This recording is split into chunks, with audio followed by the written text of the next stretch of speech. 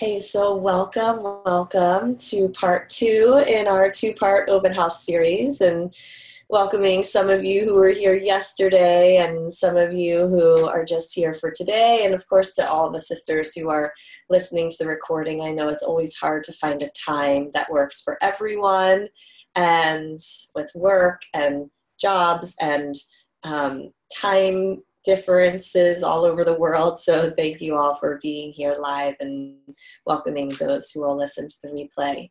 So today we're talking about, yesterday we spoke about flower essences for sexual healing and our relationship with our sexuality. And I'm hoping that you left feeling you received valuable and significant information for yourself.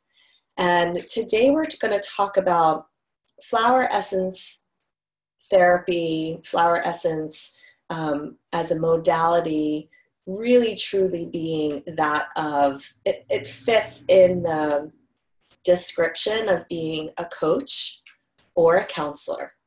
And I don't love the word coach. I think it reminds me of sports and masculine and like, do it, go, do, yeah.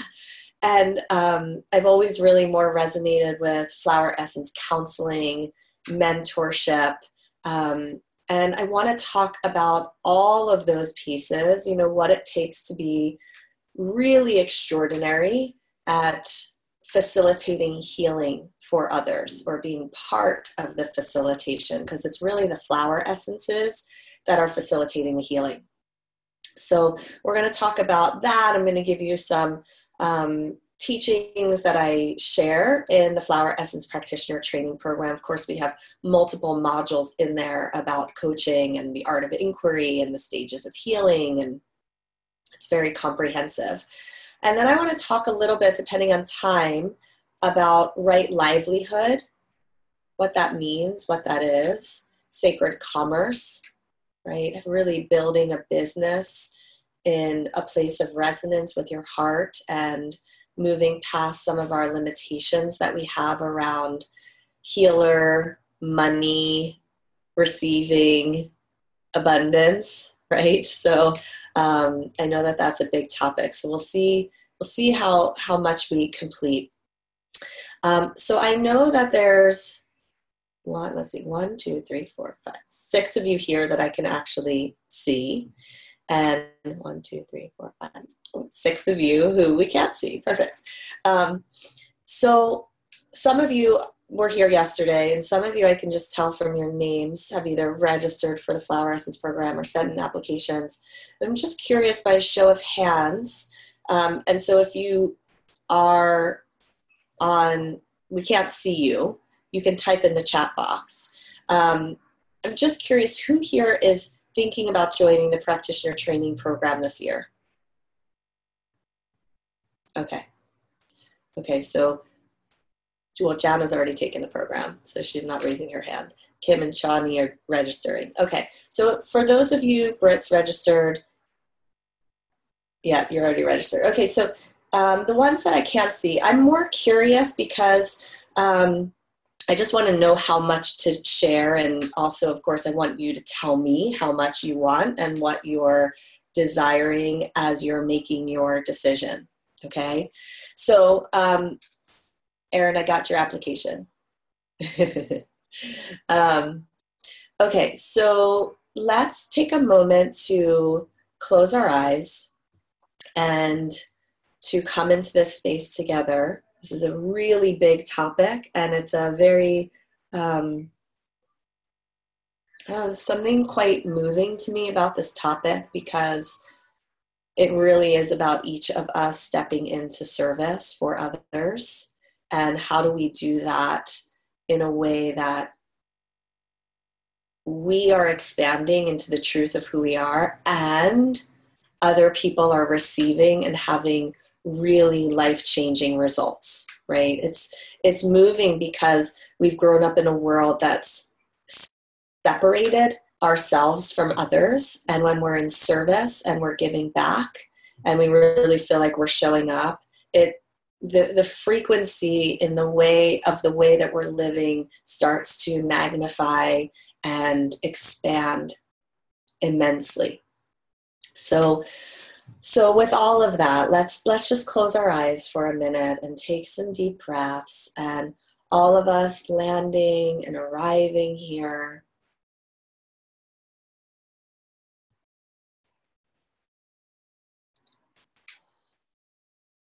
And again, letting your breath begin to slow you down.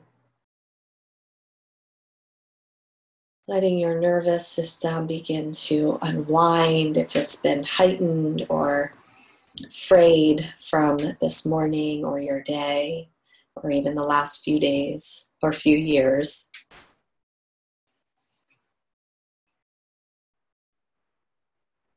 And giving yourself the gift of your own presence.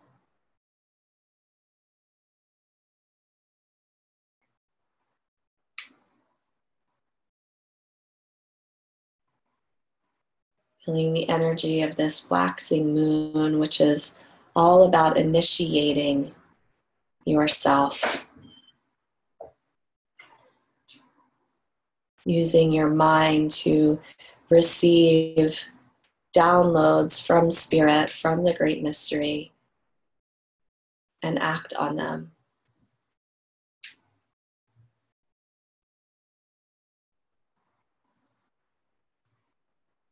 So in this moment, we celebrate the mind for all of its limitless capacities to dream, to receive those aha moments of knowing exactly what's next.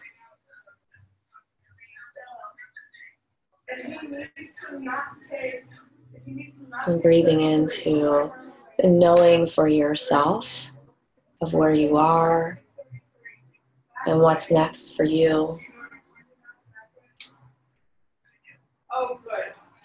And we call forth Gaia once again, and nature, the plants and the trees, and the spirit energy that unifies and breathes through each and every single being on this planet.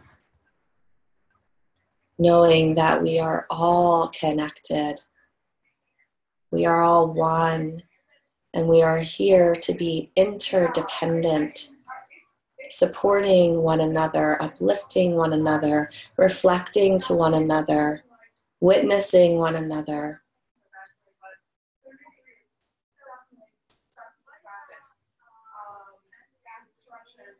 And so we give thanks for this knowing that there is no separation. That is an illusion that we have been fed and we've believed in moments, but we are here to be anchoring in Gaia's dreams.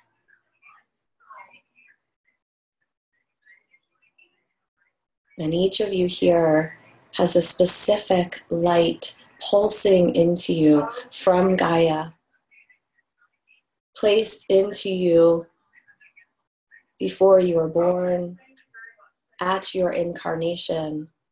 And this pulse of light has been growing and deepening and strengthening throughout your entire life. And it will continue until your last breath. And so we give thanks to you, Gaia.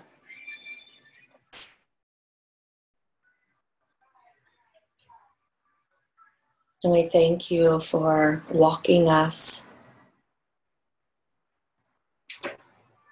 into connection with self, to others, and to the planet.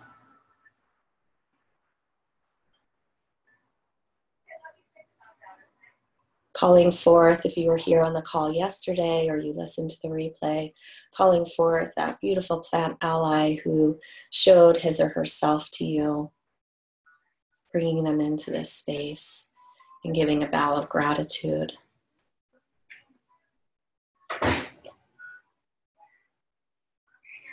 Yes, yes.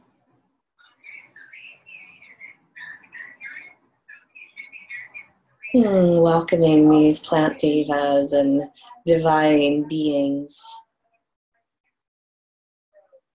And bringing your hands to prayer and offering yourself what you receive, what you give in our time together, offering that in devotion to the upliftment of all beings everywhere, seen and unseen. And so it is.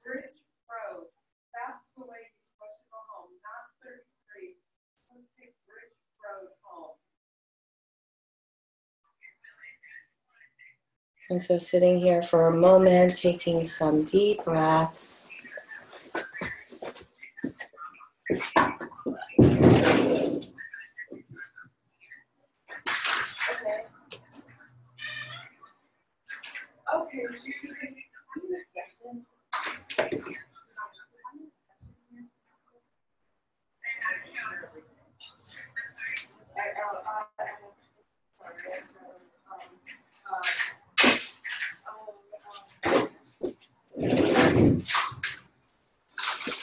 And when you're ready, you can open your eyes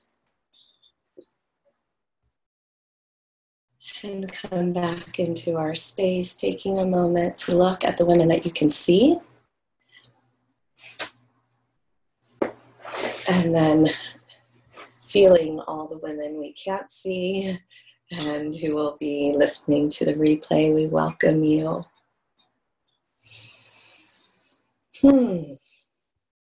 I just had to step out at the end of that because somebody was talking very loudly right outside my window, and it was extremely distracting. So if you saw me gone for a minute, I just had to make some boundaries, as we spoke about yesterday.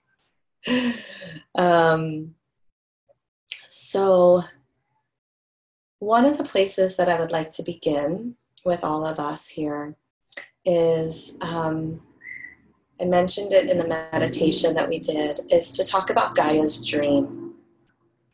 So my belief is that each of us here has specific dreams, right, for so many aspects of our lives. What I want to presence here is dreams that we hold for ourselves, specifically related to our work in the world, our service in the world, the way that we bring our artistry and our healing to the world, and really kind of bring that intention and those prayers and those dreams that each of you hold, because I imagine each of you have dreams like that, right?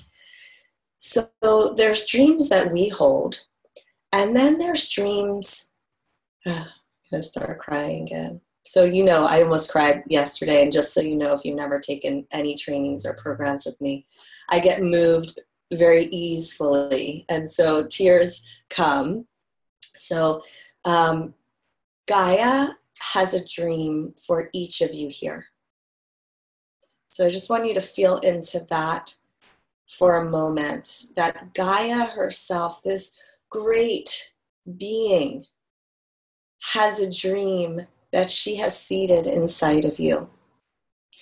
And a lot of times there's the frequency and the resonance of your own dreams, right? We think they're our own dreams, quote unquote, our own dreams, but they're actually being literally coming up from Gaia's soils into the soles of your feet, taking space in your tissues and your bones and your cells and your ligaments and your muscles and all of your systems. And you actually are going to live Gaia's dreams. Now, when we are brave and courageous and tuned in enough to listen to Gaia's dream coming alive within yourself, and you begin to live it, everything, like all this ways in which we feel like we're spinning around or we're confused or we're stuck or we're challenged, it's like everything comes to a halt. And there's the deepest exhale, and you've arrived. Gaia's dream is what we're all living. So I would like to lead you through a really short meditation for you to connect even more to that dream. Whether it's, joining the Flower Essence Practitioner Training Program or not, Gaia's dream is necessary for each of you to absolutely anchor into and to hear and to, start to receive. You may do this meditation and you're just like, oh my gosh, I know exactly what the dream is, and it's always been my dream. And it may just be like you got a piece, right? And Gaia is going to continue to dream you and your life awake. That's what we're doing, right? So what we're doing on a conscious path is dreaming ourselves awake. And that's what moves me to tears, because we live in a world where dreams are not honored, right? Any of you ever had a dream you've told a parent or a loved one and they say, that's ridiculous? You can just raise your hand. I have.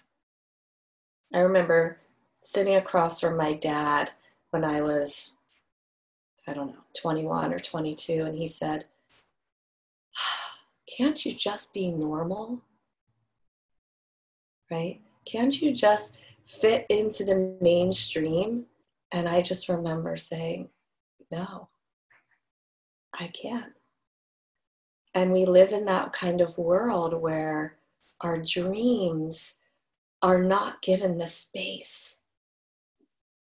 And so, with flower essences and my own prayers for us all and in the practitioner training, it's about you living your dreams awake in the world and embodying them, right? So I just thought that would be a beautiful way for us to begin, because I can sit here and tell you lots of things, but the truth is, when you hear it yourself from whoever it is, spirit guide, teacher, Gaia, a being in the unseen, it's way more impactful than anything I could speak to you. So let's close our eyes for a moment. And whatever, body adjustments you need to make to get yourself comfortable, this will probably be, 12 minutes or so. I just want you to be comfortable. If you feel you need to lay down or and take some nice deep breaths.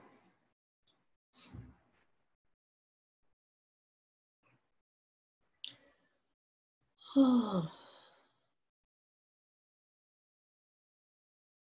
as we begin with a prayer, a knowing of yourself that you're not just human, you're not just woman, you're not just mother or daughter or sister or beloved or healer or activist or whatever identities that you carry. You are Gaian. You are of Gaia. She lives inside of you. Her stone beings and her rocks are your bones. Her waters, her rivers, her oceans live inside of you as your holy waters that move around your lymphatic system and your womb space and create your bleeding time and your sweat and your tears and all the fluids and lubricants of your body. Her winds breathe you in your lungs.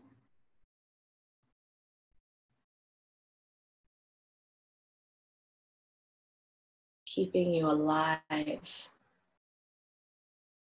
connected. Her winds move through your mental realms, allowing you new growth, and new beginnings. And her fires blaze inside of you.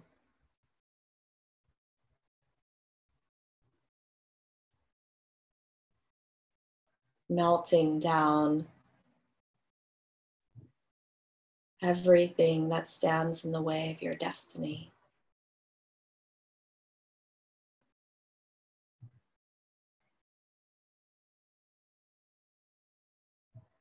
Her fires are part of what incarnated you here, that spark of creation.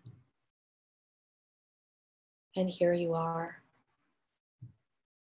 And you are made up of all of this. Do not forget you are Gaian first. You are her daughter, her reflection.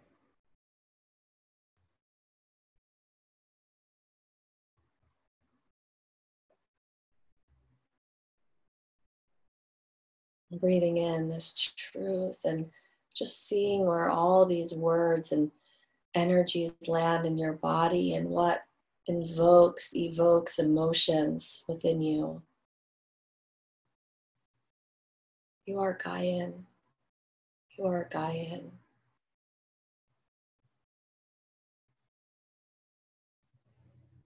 And therefore she speaks to you and through you and for you.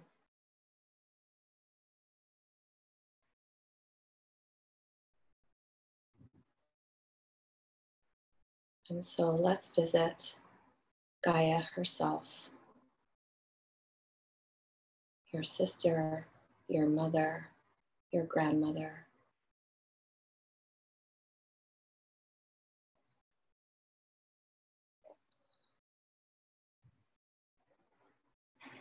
So in your mind's eye, I want you to imagine moving through your body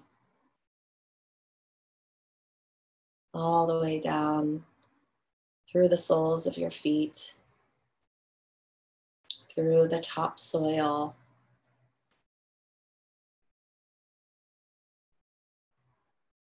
that might be dry or moist, into the deeper soil where the creepy creatures crawling all around are creepy crawlers, the bugs and insects, the worms, the snails aerating the soil.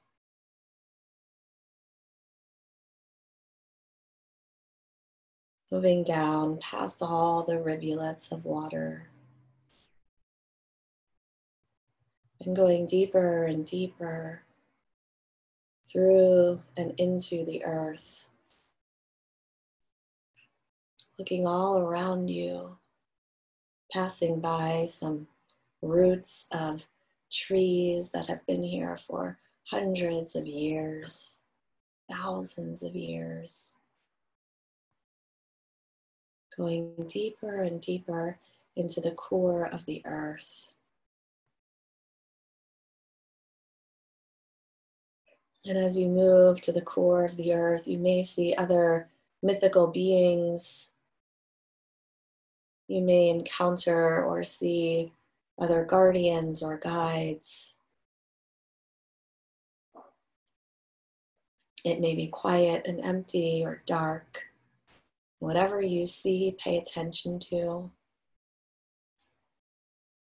And as we come towards the center, the core of the earth,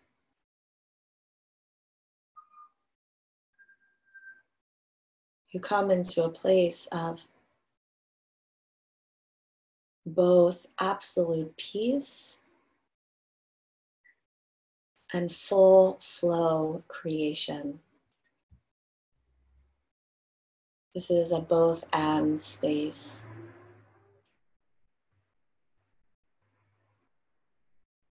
And when you get to the core,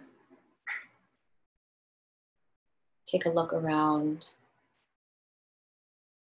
Perhaps you see some fire. Perhaps again, you just see a hollow space. Perhaps you're in a mystical, magical realm that's green and watery. You will know when you reach the core. And there you stop.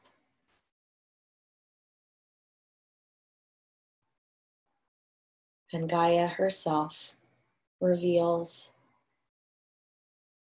herself in whatever environment and landscape you found yourself in. Gaia comes forward to you. And again, she may be a great being. She may be a pulse of light. She comes and she stands in front of you.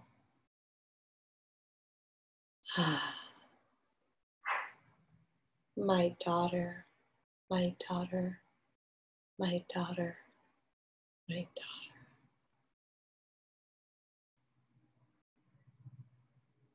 She brushes your hair, offers a gentle touch to you in some way. So happy to see you here in the core of the earth and in her natural home. And you give a bow to her, some recognition of belonging here with her and the joy of being together with her.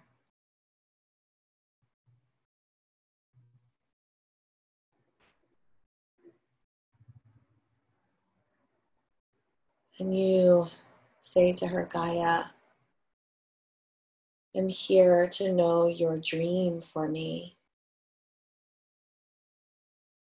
I'm here to know your dream for me of how to be in service and how to help people move through emotional wounds and traumas. Show me, Gaia.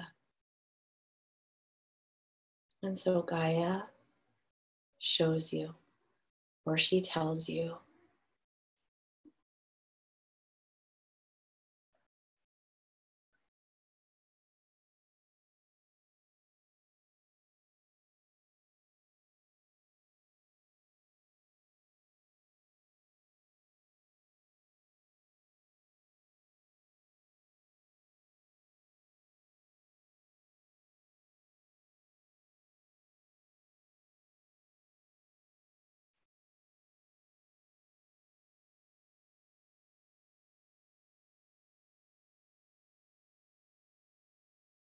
And you can follow your own lead to ask her any questions based on her sharing.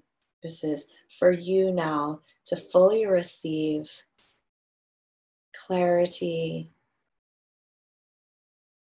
around Gaia's dream for you.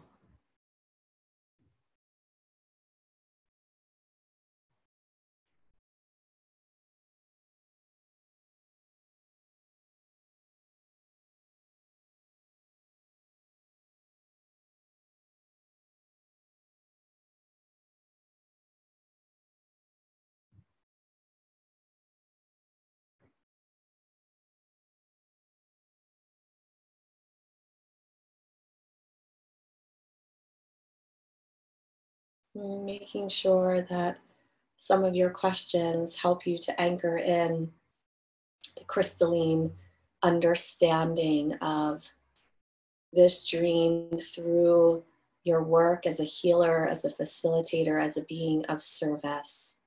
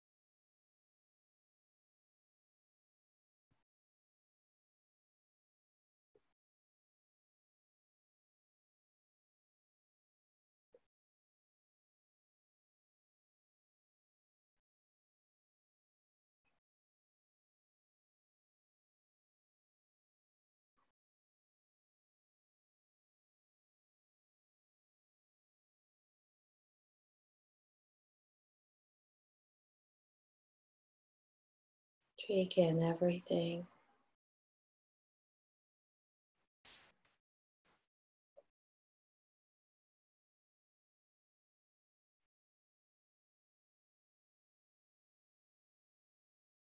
At some point, Gaia comes even closer to you.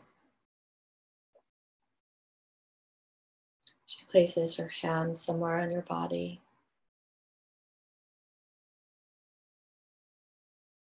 So that you anchor this dream into your physicality.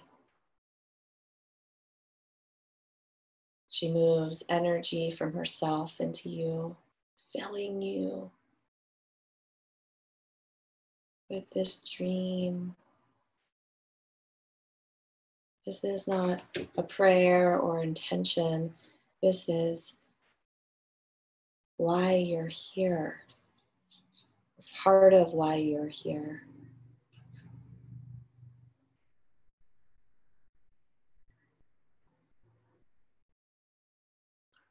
Feeling how this energy comes into your body, paying attention to what this feels like, to how you feel about yourself.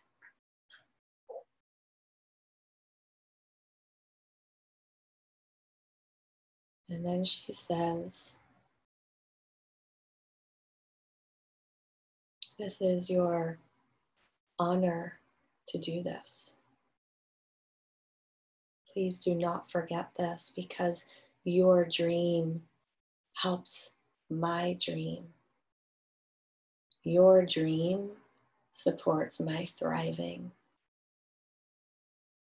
Your dream is woven into me, and I am woven into you.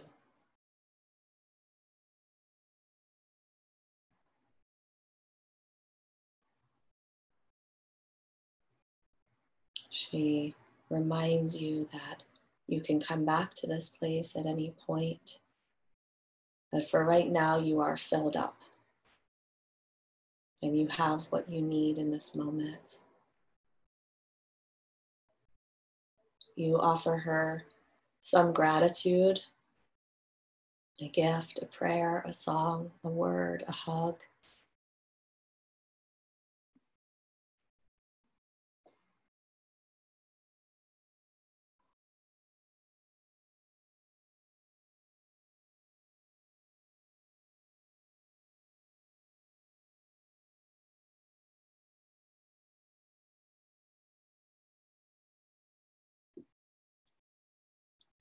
And it's time to go. You give thanks to the journey that led you to the womb of the earth. And you begin to depart, going back the way that you came, moving through and past any guides, any guardians, the roots of the trees, the ancient ones, moving up and up, finding the rivulets of water, to the moist soil, making your way back up to the surface of the earth, moving to the drier soils, feeling the rocks and the stones, the crystalline beings, and finding your way ultimately through your own rhythm back up into your own body, feeling your toes fit into your toe slots and your fingers into your finger slots, and all parts of you return.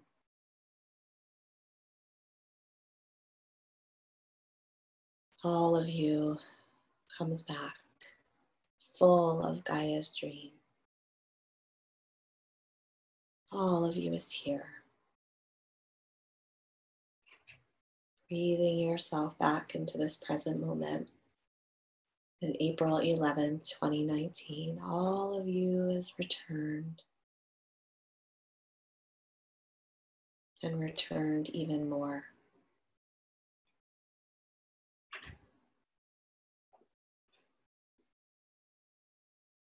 And taking some final deep breaths.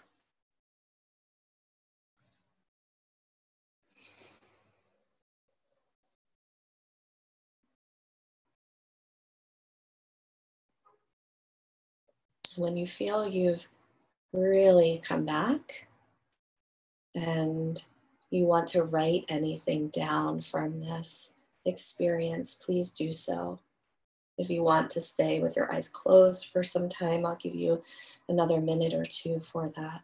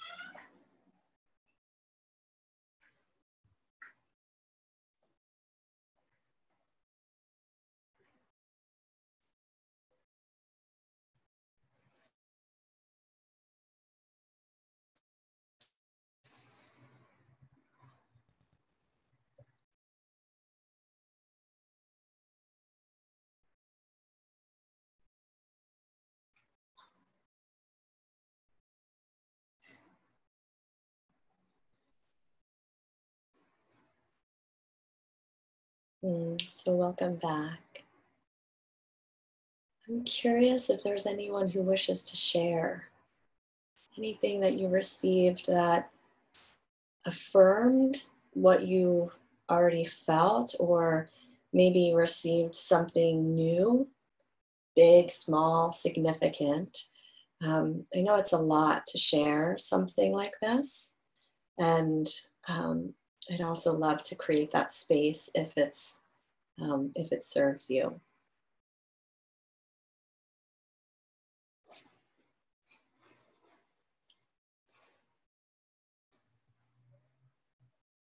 Do you know how to unmute yourself, Megan? I think I'm unmuted now. Yes. Well, for me, thank you for letting me speak. It's nice to connect with you, all of you. I hope you guys are having a beautiful day. I'm in Colorado. We had a blizzard yesterday, so I tried to connect with you girls yesterday, but my internet connection kept coming out. So, but I received the sunflower medicine. I'm a marriage and family therapist. I work with children and teenagers, and Gaia, she kept saying, you need to work with sunflowers. And so she said that should be the first medicine that I should create. So I love that I'm here in Colorado. Even though it's snowing, it sucks, but hopefully I'll be able to get some sunflowers so that way I can make that as an essence. Thank you so much. I love that. I got some sunflowers here too. I know. Yeah. I look forward to hearing about your experience of, I think that would be powerful medicine for children and families. Yeah, I agree. Thank you. Thank you, Gaia. Yeah. Thank you.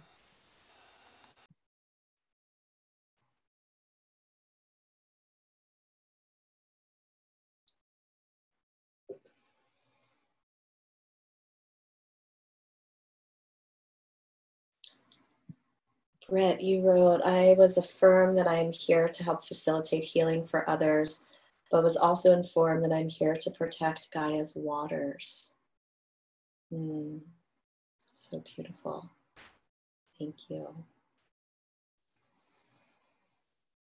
Well, you're about to become a flower essence practitioner, Britt, and the waters are the vehicle through which this medicine is made available to us. And so it makes sense as you dive into this space that your relationship with water will begin to transform in some way. Thank you.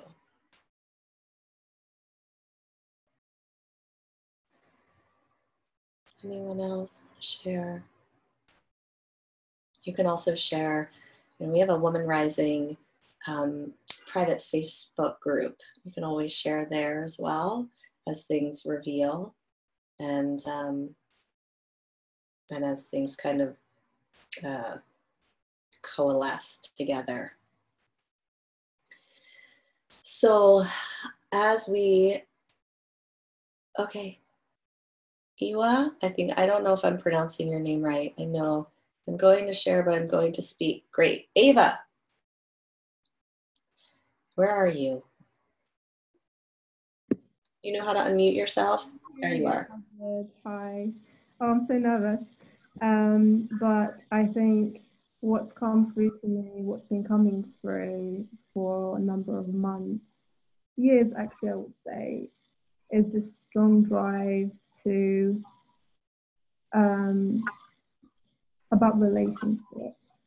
So basically, the sense of wholeness that each individual needs really be in a healthy relationship and to be whole and to not project into the other person something that we are lacking in ourselves. So yeah, that's what's been coming through for a while. Thank you so much. Thank you so much. Thank you. Thank you so much. Yeah, that's the deep prayer, to be in healthy, whole relationships where we're not oozing our trauma onto somebody else, right? That's a powerful part of spiritual maturity. So thank you for living that dream, however that manifests and looks for your service in the world.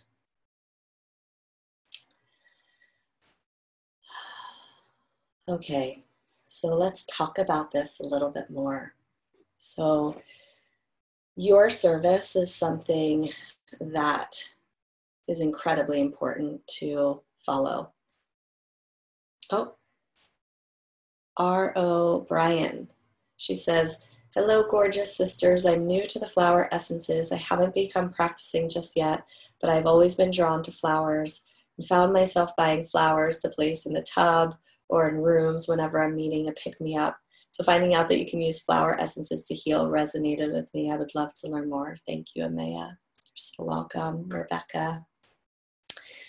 Yeah, so it's always so interesting because in the Flower Essence Practitioner Training Program, we get women who are brand new, women who saw an Instagram post and I have no idea what flower essences are, but sign up the day before the program begins. And women who have been working with essences for years or even practitioners. So wherever you are is absolutely perfect. And living Gaia's dream for you is part of your service to the world. So you can always go back to Gaia. You can get more information. You can ask specifics, right? Like, what's the next step for living this dream? What am I not seeing? And there's tons, actually, I know this isn't our topic, but there's actually tons of flower essences that I share about, I think in the training or maybe at the retreat, for those who come to the retreat. We have a whole shamanic collection, Gaia's Wisdom, and there's one essence called May Apple that actually really helps you to see the things that you can't see to live your dreams. So flower essences can be used for everything, right? It's just these moments of like, I want to live my dream. And then what Ava was saying of, how do we heal ourselves around relationships and trauma? So they work on so many different layers.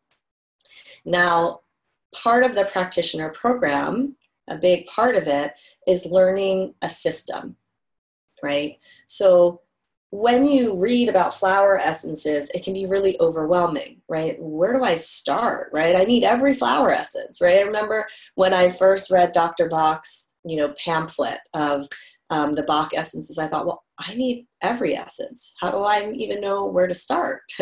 And so the thing that I give you in this program is a system to work with as a practitioner or yourself or with your children. And the system is relatively easy, and it's meant for you to be able to start practicing and working with people when we're about halfway through the program. Like, you're just going to get itchy. You're going to be like, oh my gosh, I got to make essences and formulas for people. So there's the art and the science of formulation, which we will get into. And then there's the aspect of being a coach, counselor, therapist, mentor. And they actually go hand in hand together. In order to make an extraordinary flower essence formula, you're going to need to be an extraordinary counselor. All the information that you collect when you're sitting across from a client is going to inform you of the formula that you're going to make. So when you make a flower essence formula, the truth is you can't ever hurt anyone. You're not going to damage them in any way. There's just formulas that are just like, oh, yeah, that is so right on. And we're going to get to the root. And somebody comes back a month later and they're like, I don't know what happened, but I'm a different person. So there's different tools and techniques that I teach you on coaching. And although this isn't a coach training program, you really do get coach training.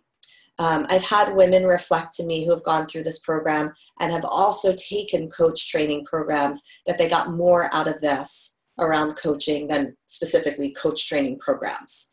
And part of that is because you have to be able to collect information to make really radical formulas.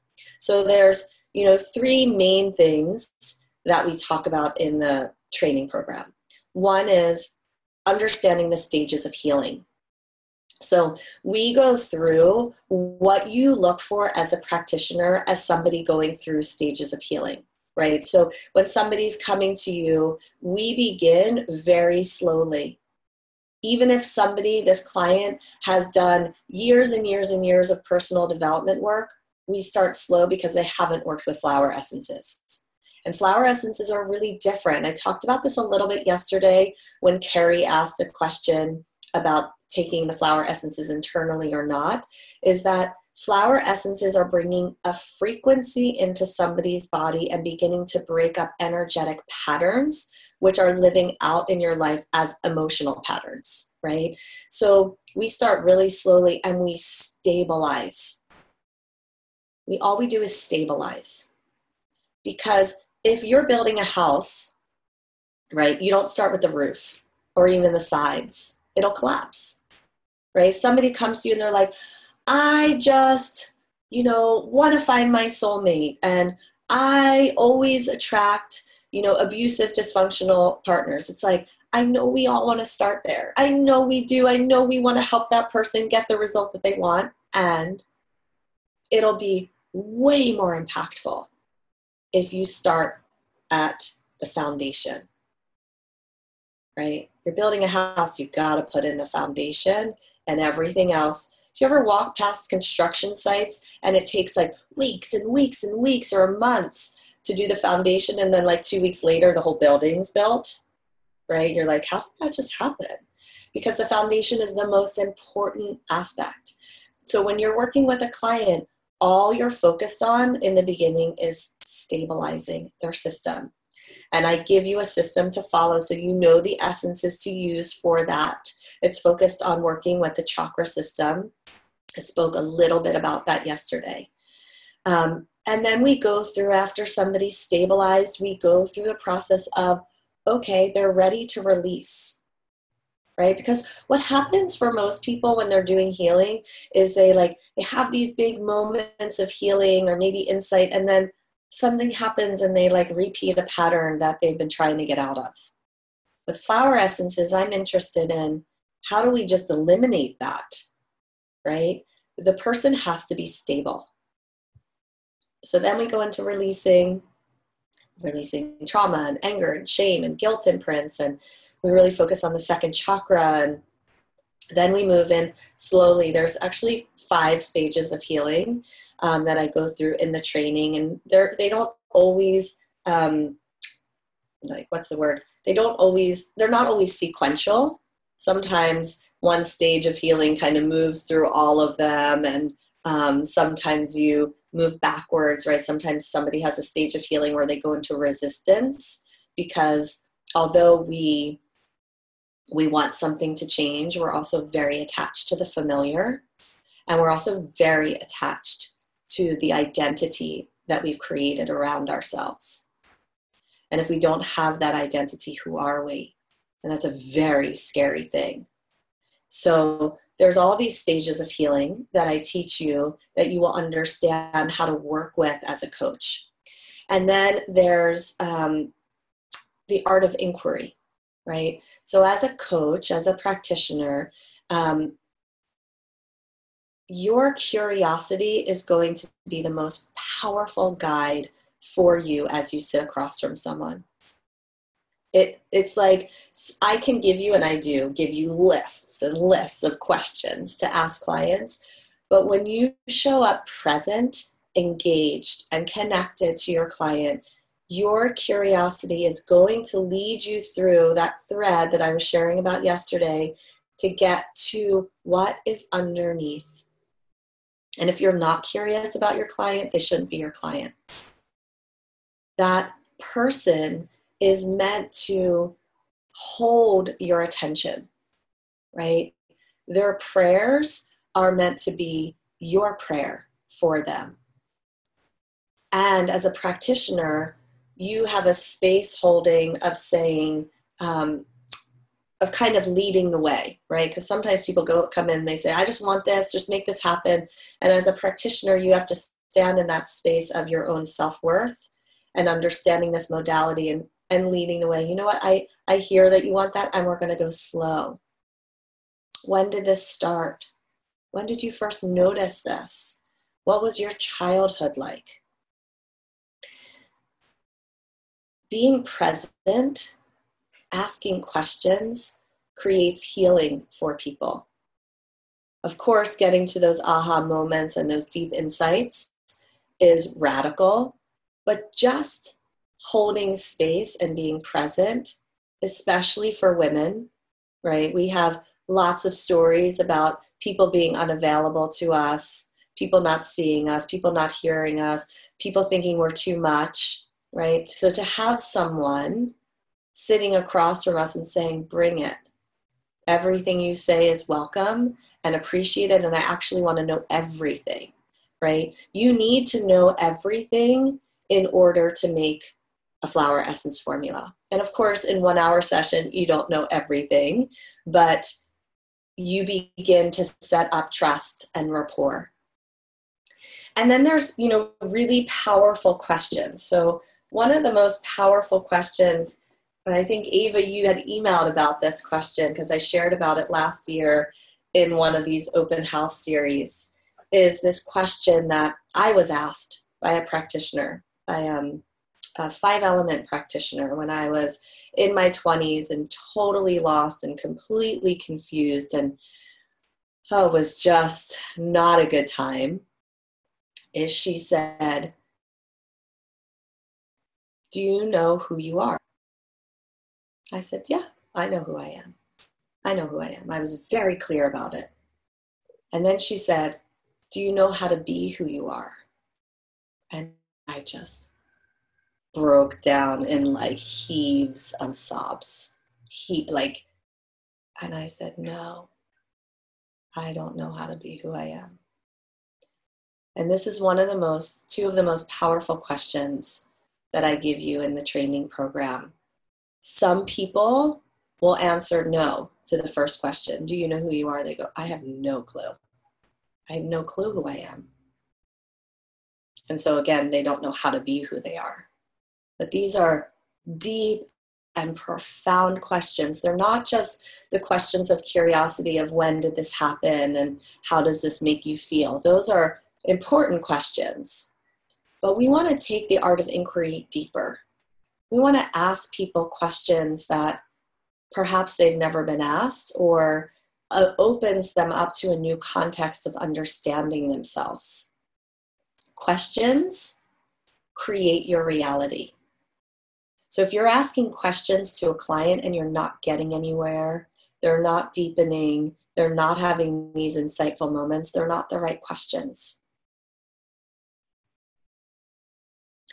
Now, what's really important with this piece of the art of inquiry is making sure that your own story and your own projections don't get in the way.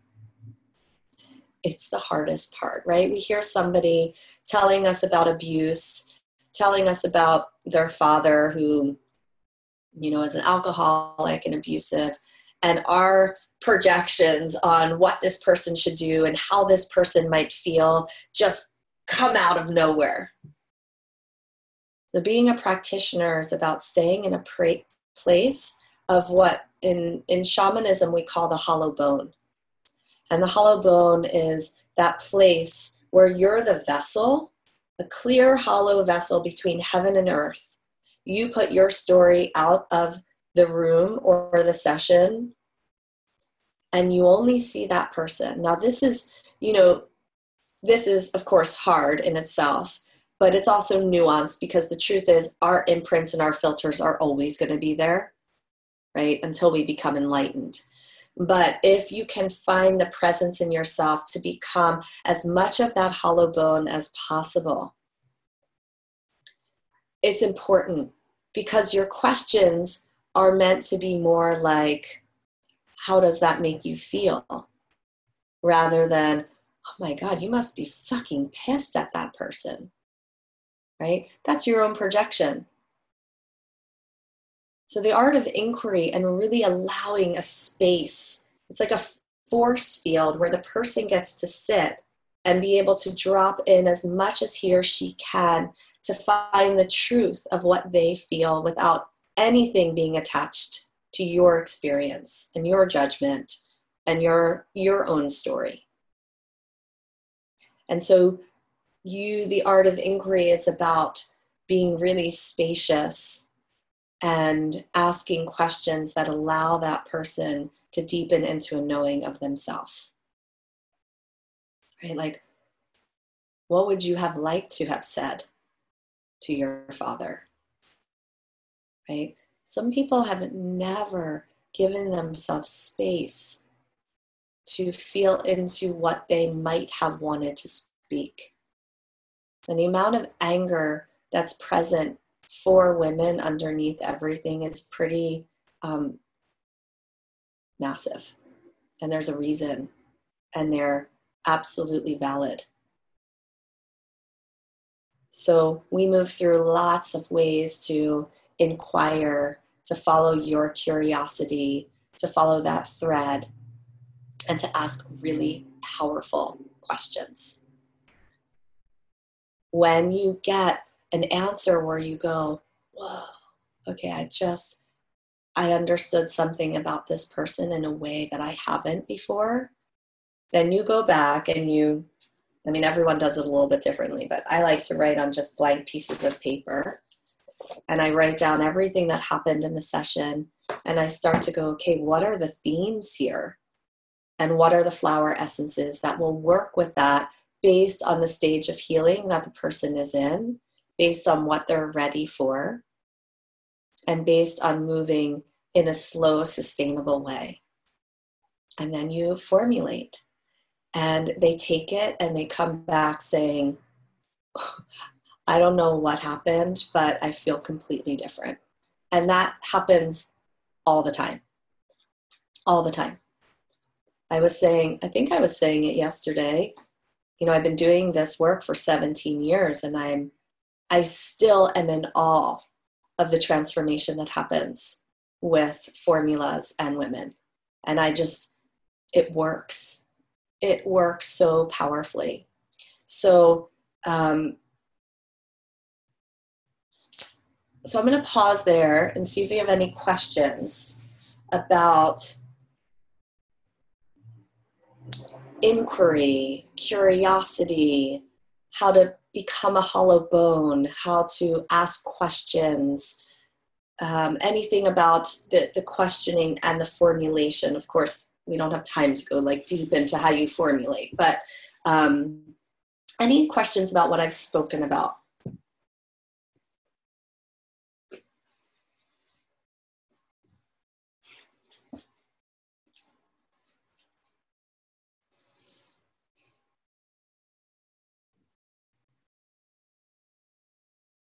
Okay.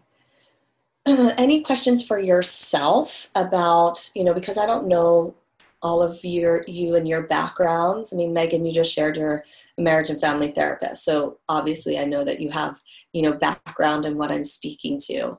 But I have no idea, most of you and your background, and just wondering how you feel about yourself stepping into that place as a counselor, a mentor, coach. Like, does it excite you? Does it make you nervous? Does it, what's present for you as we talk about all of this? Because obviously it's a big aspect to working with others on their healing journey and being able to guide them. Just kind of more curious about what's arising for you.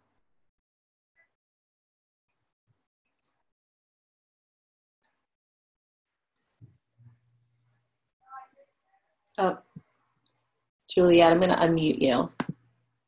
Hi. Hi. As you were speaking about this being curious and,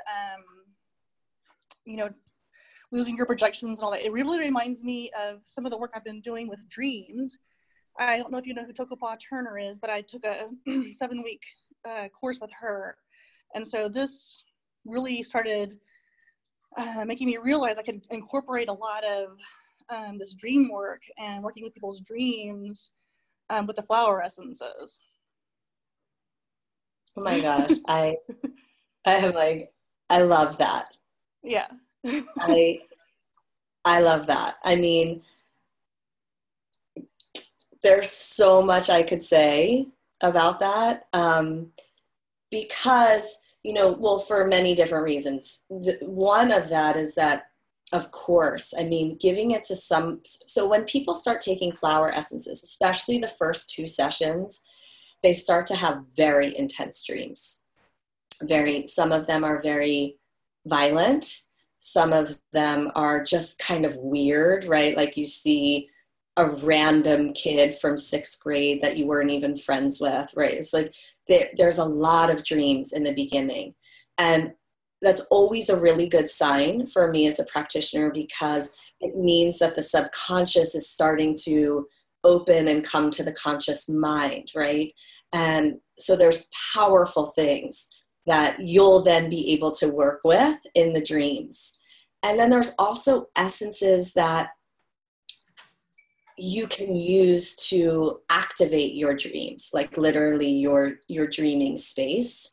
And that will be a great kind of ceremonial aspect to everything else that you're doing. So I love it. I've never had anyone come through the program who does that work. And it's just a perfect union.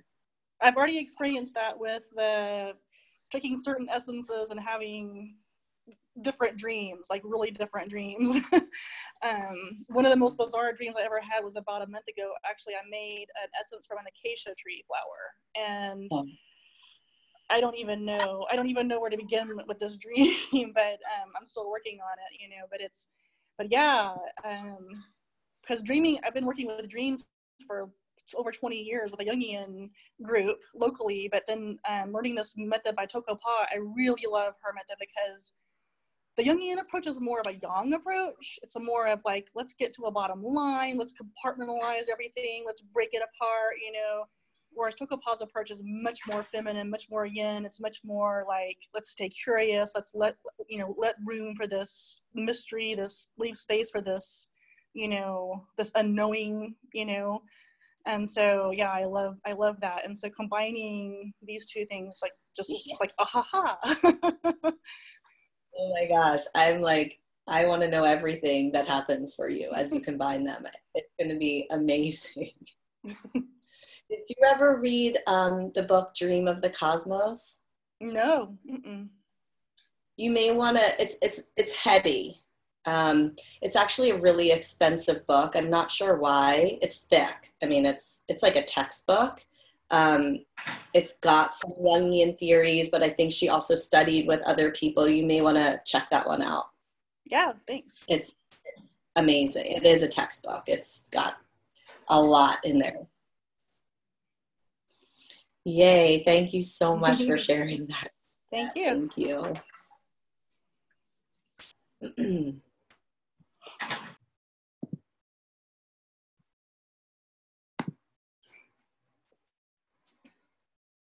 Anyone else up for sharing? Brett, over here.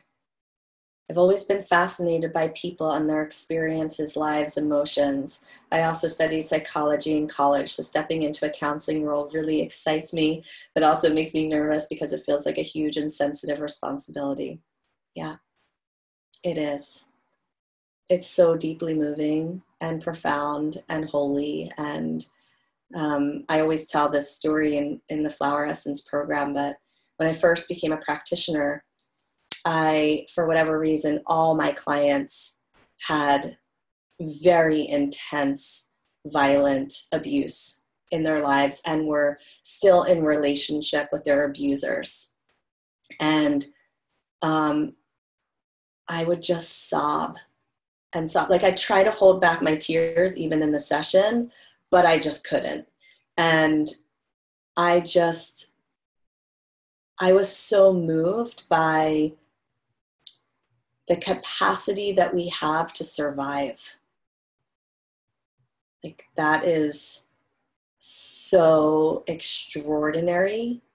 And then the beyond willingness and bravery that these women had, and all clients really, but in the beginning, I don't know why I was getting these very complicated clients, but the willingness and bravery to step out of surviving and victim to deeply heal and thrive and know thyself.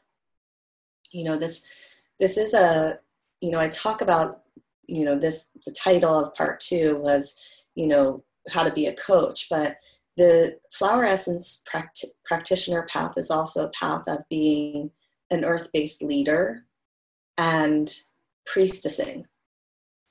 And I know that some people resonate with that word, some people don't, some people, it's like, I don't really know what that means. And, priestesses really were that hollow bone, that connection between heaven and earth and in sacred service, and lived according to the earth. And there's something about this work that is asking us to step into versions of ourselves that we have dreamed of before, we've longed of, in order to support and serve others. And it's, there's so much there, but I wanted to presence that piece, is that it's not just like coaching and counseling, it's truly stepping in leadership with and in partnership with Gaia, stepping into your earth priestessing in order for others to grow. So, you become a beacon of light, you become a mirror. Somebody sees you and they go, whoa, if she can do it, I might be able to do it. That's because we're, as I said in the beginning, we're interdependent. We're not independent. We need each other, and we become focalizers of people's growth.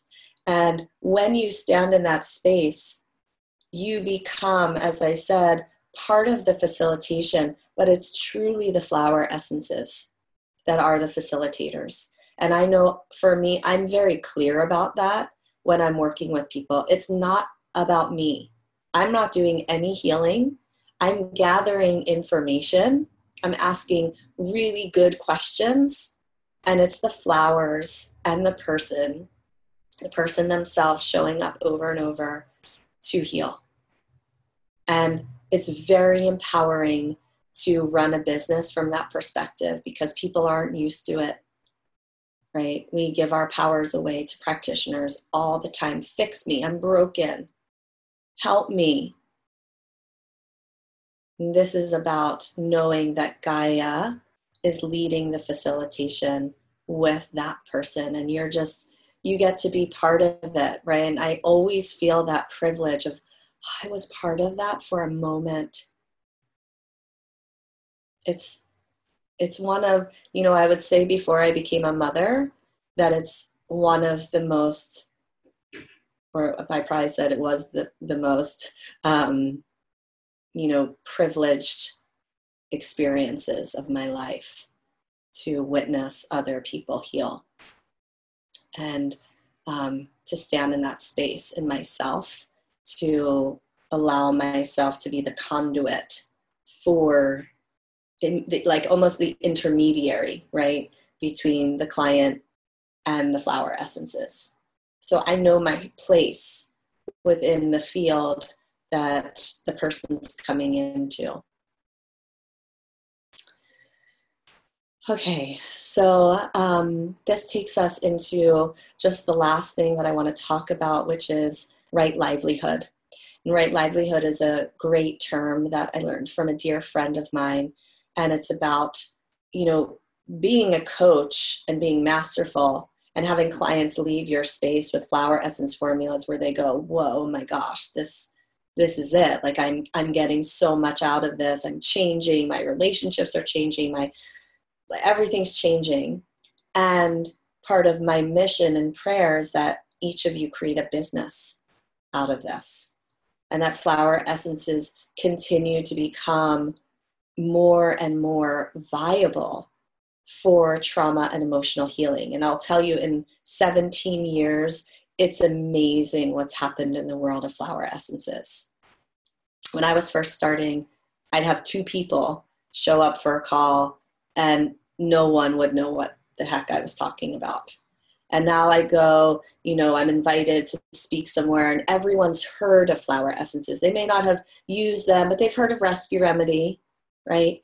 And so how do we take all of this, and just like it happened with acupuncture and Chinese herbs and even essential oils, how do we make this a mainstream healing?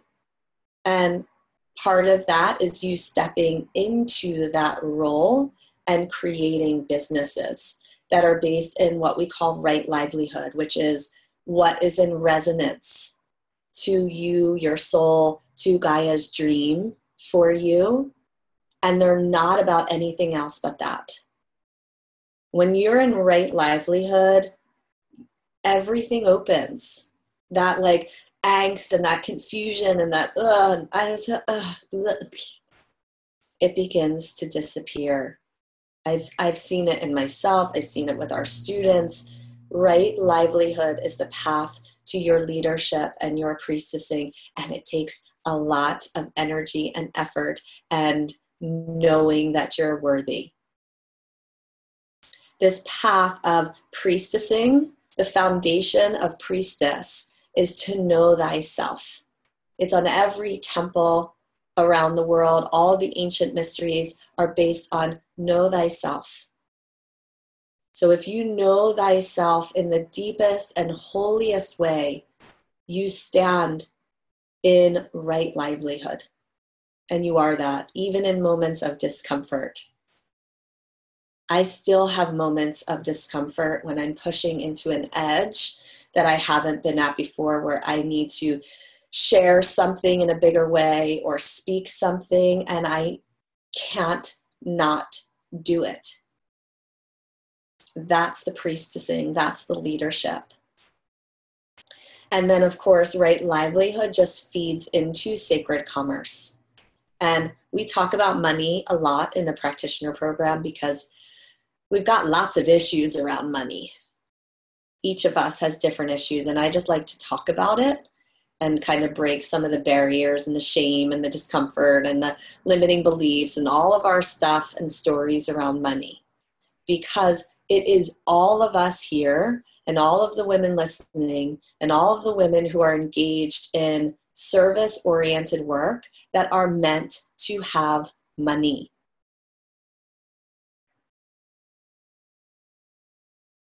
The people in control in this world are the ones who have money. It's just how it is still. And I'd rather all of you have money than a lot of these politicians and lobbyists and corporations. Wouldn't you? We'd make way different choices.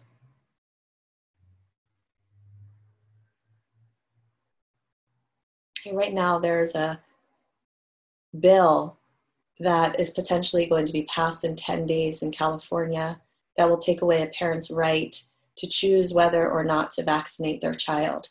And whether or not you believe in vaccination or not, it's no one else's choice other than a parent's of what to do to their child. But our government is so invested and rooted in the money that it gets from corporations and pharmaceuticals that it's completely lost sight. The sacred commerce is when we use our money according to the soul of self and in resonance with Gaia's dream. We buy from people who serve all beings.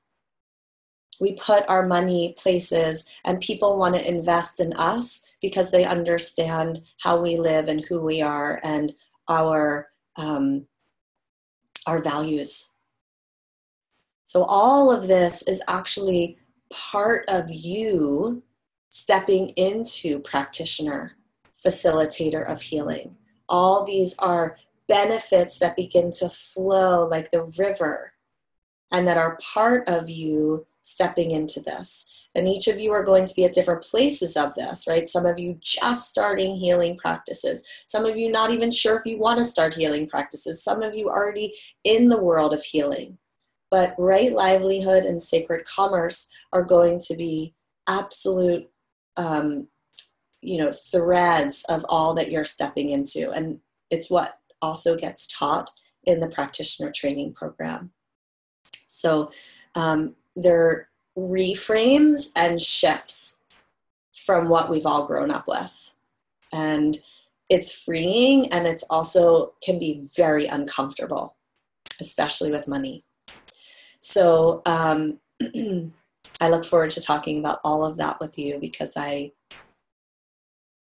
it's so important. Money is such a shadow topic that's not spoken about, and I like to talk about it a lot, actually. So I'd love to see if there's any questions about anything that was shared. I'll just start there first. And then if you have, some of you were here yesterday, but after anything that's shared here, we can ask any questions about the practitioner training program. Let's just see if there's any questions or insights that came forward about, coaching and right livelihood and sacred commerce. Yeah, Megan, you unmute yourself? Can you hear me? Yeah. Okay. I was going to say, I understand about the whole fair aspect because I've been in the field of psychology now for 13 years. And a lot of times people project, they think that I'm younger than what I really am. And I'm like, no, I'm in my early 30s. So I think that fear is always there as a counselor, like no matter how long you've been in the field or how long you've been studying psychology, it's something that I feel you always have that fear. And I think it's just a part of our being a woman, like our self-esteem and things like that.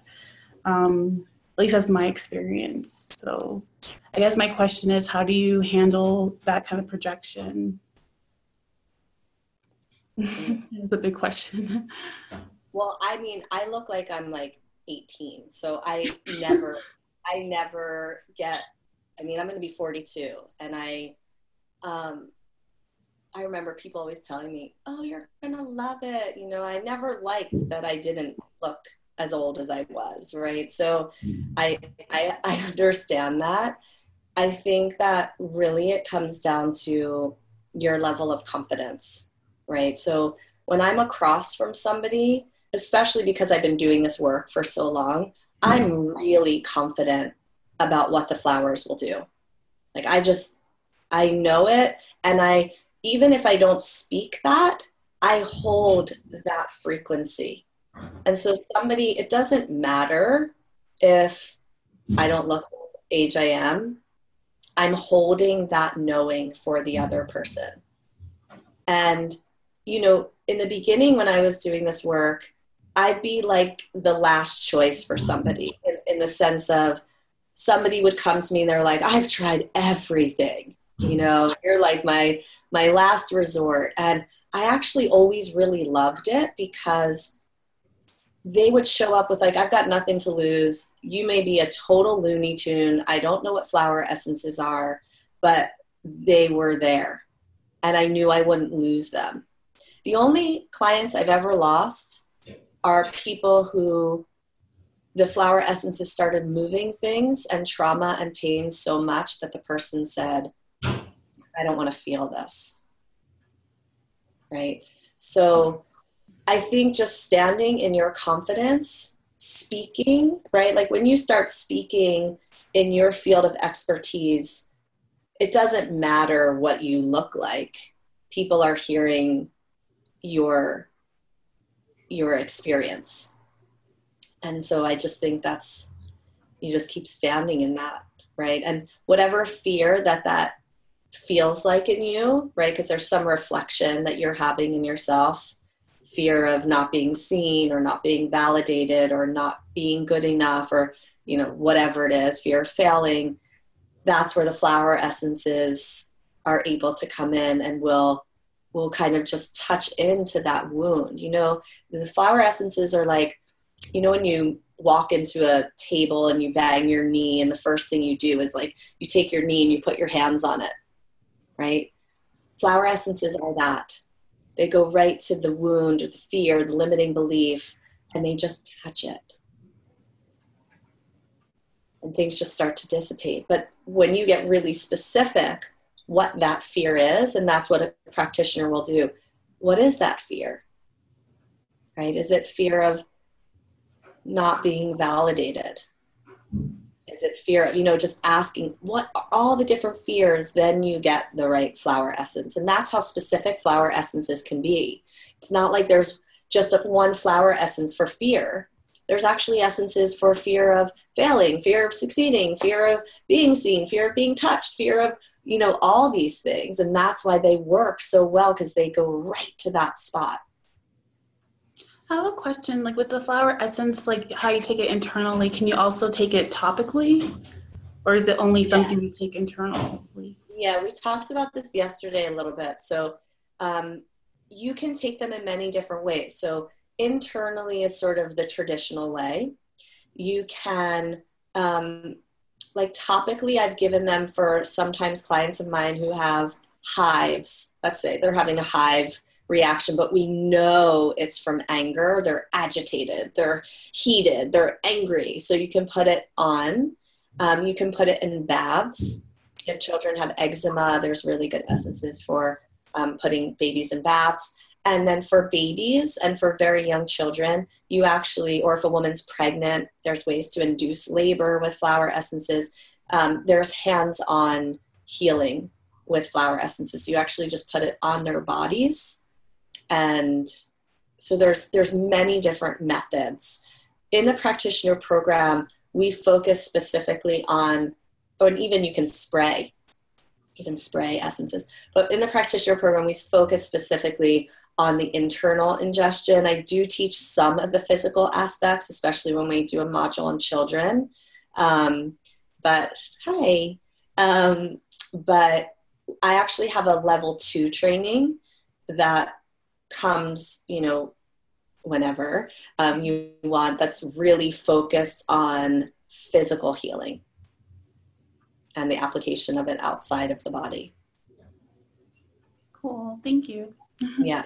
And people, you know, we have students who work with animals who give it to them like on the outside and also in their bowls and of water and foods. There's many, many different ways to work with them, but we focus mostly on the ingestion.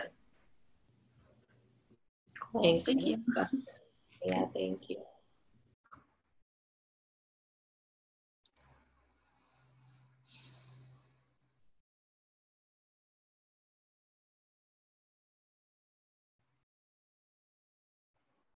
Oh, Ava, I just read your note. Thank you. It's very kind and sweet. I appreciate that deeply. I love flower essences, and I hope that you all feel that as I speak and I share. And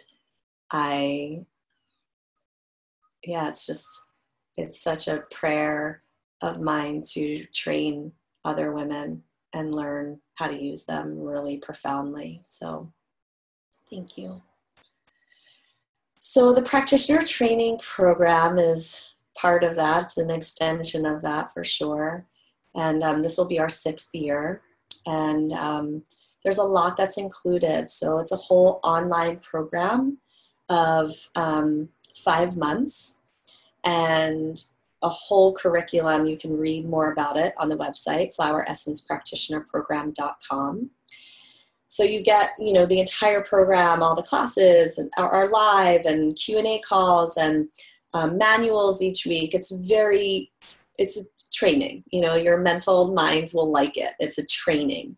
And then you also get 3 one-on-one sessions with one of our trained practitioners who are amazing, amazing women, been with us for years and years. And those sessions are part of your healing journey and are part of you understanding how flower essences move and open inside of yourself and are what will make you an extraordinary practitioner. You cannot be a flower essence practitioner without ever having taken flower essences. It wouldn't work, right? There'd be a disconnect. So you get 3 one-on-one sessions for the program, and you will be floored at what happens to you in those three months. You also get 70 flower essences to start your apothecary, and it's what I teach you from. So we have a flower collection, we have a tree collection, and you also get our protection collection. We have, Gaia's Wisdom line has been birthing really. It was never intended, but it's part of Gaia's dream, right? So it's called Gaia's Wisdom. And we have, 12 or 13 different collections, and you get 3 of them as part of the practitioner training. And it's so fun to receive that package in the mail and open them all up and just start to acquaint yourself with them. And just to begin, that's where the alchemy and the play and the formulation comes in. It's so fun. And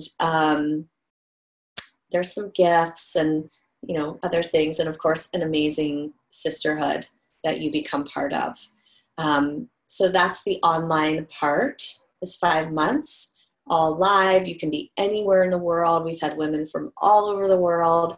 And then we also have an optional 3.5-day in-person retreat this year over summer solstice and here in Southern California. And that will be a way for you to have more, I teach you some more physical things, right? Because we're in person and we have the ability to do that. And we also play because it's summer solstice. We'll be going to the hot springs here, and there's a saltwater pool. And, it's both, and it's deepening your education and embodiment and sister time and play. So we have payment plans that are available. We have the program itself is 5 months. We have 8-month payment plans. And we try to make that, easeful for you. And it is by application only. So we take 30 women each year, or up to 30. We'll see how many we, register. And you have to apply, and you and I get on the phone and we talk. I've actually never turned anyone down. So I don't want you to feel like, oh my gosh, is this do I have to say the right thing, or is she going to approve me? It's not really so much about that. It's about me having a moment to have a little background about you and feel into you and where you're at, and if this is the right thing for you. And then there's a kind of a connect already then when we get on the phone, and then you get to decide, right? Am I the right teacher to lead you on that path? Is this the program for right now?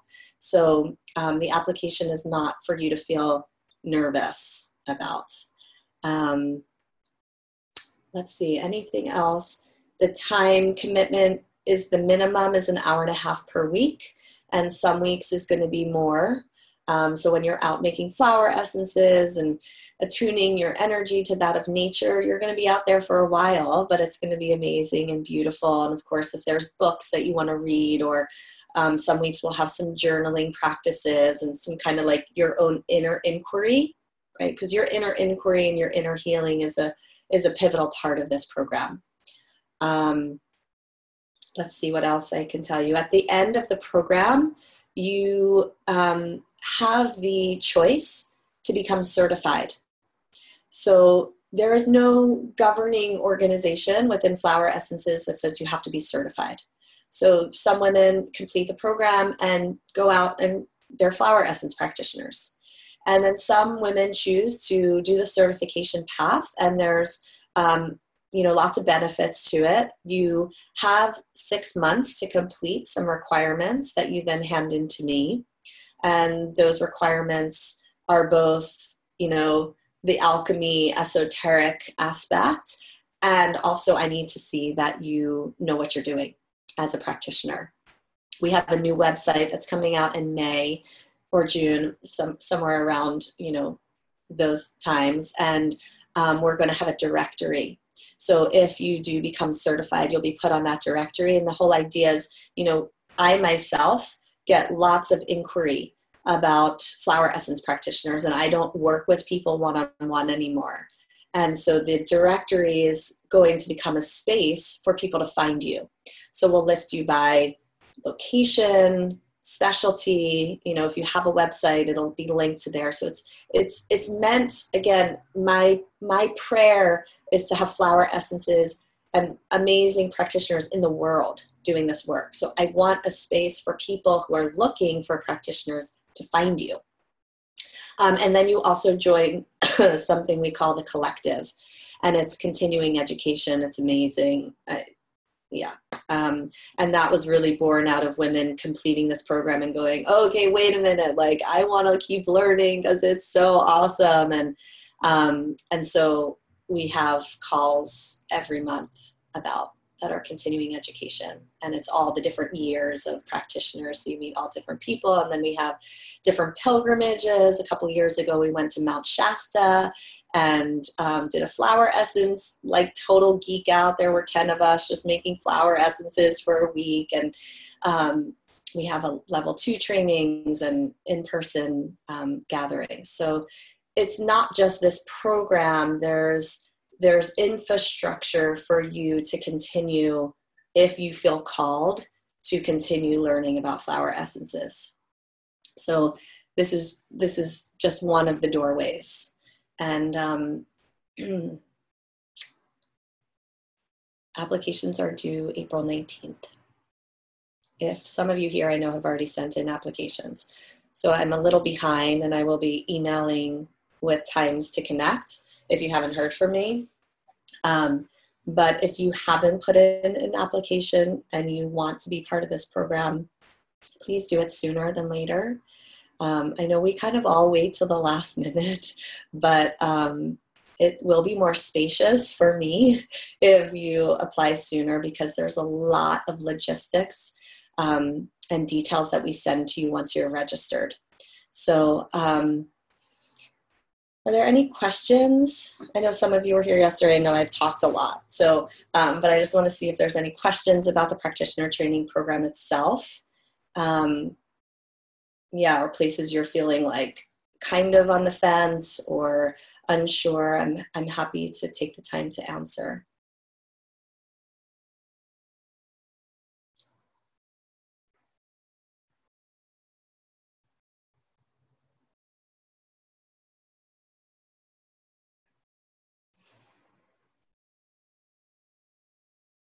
Ava, no questions?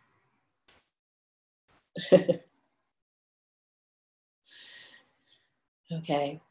So I will be live on Instagram over the next week. I've got some ideas of some IG lives that I want to share. So if you're, you kind of are still feeling into things, I'm going to do some sharing on healing the mother-daughter wound and the father-daughter wound. And, these are the places of why our lives in the present look the way they do, is because of those 2 significant first relationships. So I'll be sharing a little bit more about that. And of course, we'll be journeying into that a lot in the practitioner program. So thank you all so much for being here. And those of you who have been here both days, wow, thank you for your commitment. And those of you here today, thank you so much. And all the women, I know we've gotten so many emails from women who couldn't be here live. And so thank you all for listening to the replay. And I really hope that this serves you for your own self, and that Gaia's Dream meditation really supported you, and that it also helps you to make your decision about whether or not you're joining us this year. So sending all of you lots and lots of love and gratitude. And my one request is to, at some point in the next 24 hours, connect with nature in some way and ground in that dream of some way to the Gaia